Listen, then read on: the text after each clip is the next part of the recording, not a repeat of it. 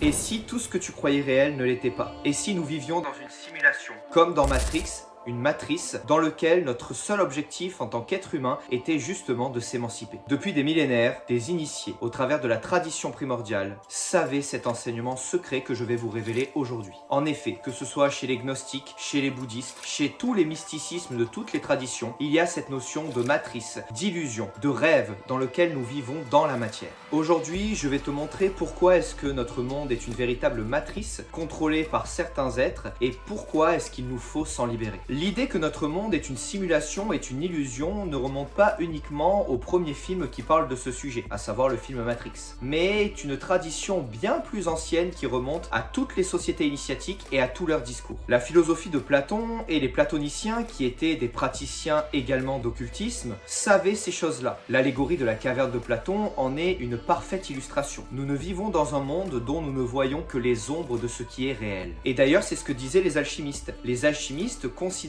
ce monde, cette matrice, cette troisième dimension, comme uniquement constituée d'ombres, et que l'objectif était de révéler la lumière qu'il y avait derrière ces ombres, et que nous ne connaissons pas les véritables formes et les véritables énergies des objets et des présences qui nous entourent si nous ne cherchons pas, du coup, à transformer ce plomb en or, à transformer ces ombres en lumière. Et d'ailleurs, la pratique ésotérique sert à cela, car en explorant notre fort intérieur, on se rend compte justement que notre monde extérieur n'est que la projection de ce qui se passe dans notre structure énergétique interne. Que ce soit par la magie élémentaire ou la magie invocatoire, nous évoluons sur ce sentier et sur ce chemin pour justement nous rendre compte et avoir des preuves justement que cette matrice existe et que ce monde n'est qu'une illusion. Alors là, on va se poser la question, mais qui est-ce qui tire les ficelles? Qui est-ce qui a créé cette simulation ou cette matrice? Dans différentes traditions, nous avons différents noms pour ces personnages et ces esprits, ces entités qui contrôlent justement ces matrices ou ces illusions. Ici, on va parler d'archonte, car comme vous le savez, j'ai décidé de suivre la tradition gnostique.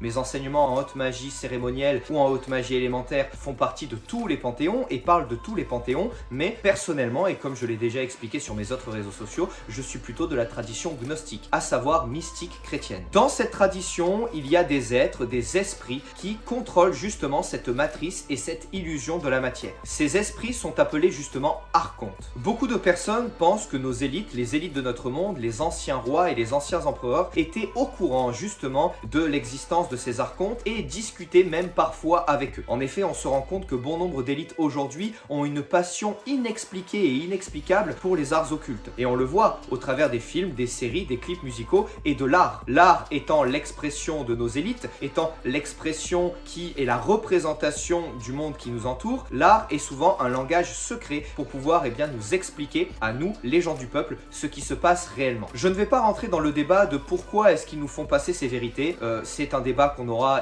au travers de prochaines vidéos, puisque là l'objectif est justement de parler de l'existence de cette matrice, mais je vous encourage à aller voir mes autres vidéos sur le sujet pour essayer de comprendre justement pourquoi ces élites nous disent tant de vérités dans les films, les séries et dans tous les éléments de la pop culture. Je pense que nous sommes au-delà de la technologie. Par exemple, Elon Musk et les plus grands hommes de ce monde disent qu'il y a 99% de chances que nous soyons dans une simulation et que nous ne nous souvenons pas de ce qui se passe au-delà de la simulation. En réalité, je pense que nous pouvons sortir l'aspect technologique de notre monde et plutôt rentrer dans un domaine beaucoup plus spirituel, car en réalité, c'est le cas. S'il y a cet adage autour de l'intelligence artificielle et que nous vivons justement dans un monde créé par intelligence artificielle, la vérité spirituelle est qu'effectivement, il y a une présence et une intelligence qui a créé ce monde, à savoir le démiurge, et il en est devenu le dieu de ce monde, et nous, notre objectif en tant qu'être humain est de retourner à cette source divine. C'est d'ailleurs pour cela que nous sommes constitués de plusieurs corps. Que ce soit les magistes ou les alchimistes, et même les astrologues, tout le monde est au courant de cette pensée. Mais personne ne l'a vécu. C'est-à-dire que c'est une tradition primordiale qui se donne de génération en génération, souvent sous forme orale, mais que personne ne vit. Ce que je vous invite à faire, les amis, au travers des pratiques que je propose, c'est justement de le vivre, de le comprendre, et surtout de comprendre qu'en réalité, ce n'est pas que le monde extérieur qui n'est qu'une illusion, mais bel et bien également notre monde intérieur, et également notre notre corps physique et également tout ce qui nous constitue et également notre personnalité. En réalité, tout ce que nous pensons être réel est une illusion quand on avance sur le sentier de l'initiation. Car en réalité, les pratiques magiques, justement, nous permettent de pouvoir dépasser et transcender cette réalité pour se rendre compte qu'en réalité, le monde qu'on appelle le monde réel est une illusion et le monde de l'illusion, à savoir le monde des rêves et le monde onirique, est bien plus réel que celui de la matière. Et c'est ce que disaient également les Amérindiens. Les Amérindiens considéraient toujours le monde des rêves comme plus effectif et que les informations que nous pouvons y trouver étaient toujours beaucoup plus palpables que ce qu'on peut retrouver dans la matière. En effet, ce n'est pas forcément bête, car dans la matière, ce que nous vivons, nous essayons tant bien que mal de le contrôler. Ce qui fait qu'on aura toujours cette sensation d'avoir le contrôle sur les événements qui nous arrivent et également sur les situations qui se présentent à nous. Et nous avons toujours le choix de le voir sous un prisme différent. Alors que dans le monde des rêves, c'est beaucoup plus pur. Les enseignements qui nous sont donnés sont beaucoup plus purs, beaucoup plus palpables et des fois bien plus marquants que ce qu'on vit dans la matière. N'avez-vous jamais déjà vécu, les amis, des moments de rêve ou des situations, peut-être dans des sorties astrales ou dans le monde des rêves, où c'est encore plus réel que la matière, où les couleurs sont plus nettes, où on a l'impression de vivre de réelles expériences? Et combien d'entre nous ont déjà vécu lors du réveil un espèce de petit cafard, comme si les interactions que nous avions eues dans le monde des rêves allaient nous manquer? Ce n'est pas pour rien que nous avons ces interactions, justement, les amis. Et ce n'est pas pour rien que nous avons justement ce petit cafard lorsque nous tombons amoureux dans les rêves ou lorsque nous avons certaines interactions géniales dans les rêves. Mais c'est justement parce que le monde des rêves est bel et bien réel. Car oui, nous vivons dans le monde physique, au travers de notre corps physique. Mais comme vous le savez, les amis, pour ceux qui me suivent, nous avons 3 corps. Nous avons un corps qui nous permet de ressentir les émotions, appelé corps émotionnel ou corps astral, qui nous permet de vivre dans l'astral et d'avoir des expériences de voyage astral, mais également un corps mental qui nous permet de réfléchir et de suivre les courants de pensée. Mais justement, grâce également à ce corps mental, nous pouvons intercepter les courants de pensée et pouvoir justement les comprendre et les placer, les faire descendre et les densifier dans notre vie matérielle. Les anciens, que ce soit alchimistes ou hauts mages, savaient très bien comment percer le voile de cette réalité. La magie élémentaire en est un bon exemple. En travaillant avec certaines entités et certains esprits, en allant visiter les dimensions élémentaires, nous sortons justement de cette réalité qu'on essaye de nous faire croire et qu'on essaye de nous faire avaler en tant que moutons. Le fait de visiter les dimensions élémentaires et en travaillant avec les salamandres, les ondines, les sylphes ou les gnomes, nous permet de nous rendre compte que le monde qu'on nous a vendu depuis notre naissance ou depuis qu'on a essayé de nous fabriquer un ego au travers de l'école n'est pas réel, n'est pas vrai, est une illusion et qu'en réalité ce qu'ils essayent de nous faire passer comme des fictions à la télévision sont en réalité bien réelles. Imagées pour correspondre à cette matrice et cette illusion, mais bien réelles et palpable. Les êtres élémentaux existent bel et bien. Et c'est le premier pas pour pouvoir justement passer au-delà du voile. C'est le premier pas pour comprendre que le monde qui nous entoure n'est pas forcément réel. D'ailleurs, c'est la première étape. C'est souvent par la magie élémentaire qu'on arrive à sortir du voile de cette réalité. Et il faut comprendre qu'il y a plusieurs voiles de réalité, un peu comme une poupée russe. C'est-à-dire qu'il y a les archontes, ces esprits qui essayent de maintenir ce monde et cette matrice, mais il y a également nos élites qui essayent de raccourcir notre capacité de mouvance dans cette matrice justement, au travers du contrôle de l'argent, au travers du contrôle des médias et au travers du contrôle de notre propre imagination et de nos pensées,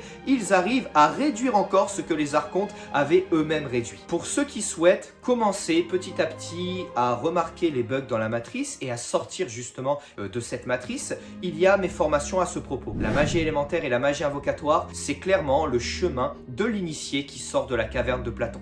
Est-ce que vous êtes prêts à vivre cela ? C'est entre vous et vous-même, entre vous et votre soi supérieur que vous pourrez vous en rendre compte et analyser bien la situation. La haute magie n'est pas faite pour tout le monde. La pratique de la haute magie cérémonielle n'est pas faite pour tout le monde. Car en sortant de la matrice et en vous rendant compte que ce monde n'est pas ce qu'il paraît être, vous risquez de changer radicalement de caractère et de changer radicalement également de vie. Donc il faut être prêt à passer ce cap et ce pas. Pour ceux qui souhaitent rester bien implantés dans la matière, il y a toutes mes formations à ce propos qui vous permettront de manifester ce que vous souhaitez sans forcément prendre le risque de changer radicalement de vie. Que ce soit au travers de la talismanie de la magie de l'argent ou de la magie de l'amour, mais également au travers de mes enseignements sur la sortie astrale, vous pouvez vous faire une idée de ce qui se passe derrière le voile en restant dans cette matière et sans prendre aucun risque. Il y a également mon enseignement sur l'alchimie qui permet, grâce à l'enseignement alchimique, de voir qu'effectivement le monde extérieur n'est que le reflet de notre monde intérieur et par la pratique et la création de certains élixirs et de certaines potions potions, nous pouvons modifier et créer des bugs et des espèces de cheat codes dans la matrice, c'est-à-dire de triche dans la matrice pour pouvoir manifester ce que nous souhaitons. Vous avez mon site internet si vous souhaitez aller plus loin les amis. En tout cas, je vous remercie de m'avoir écouté dans cette vidéo. J'espère que cette vidéo vous a plu. N'hésitez pas à me dire en commentaire si vous avez ressenti ou vu des bugs dans cette matrice ou des choses qui vous font vous dire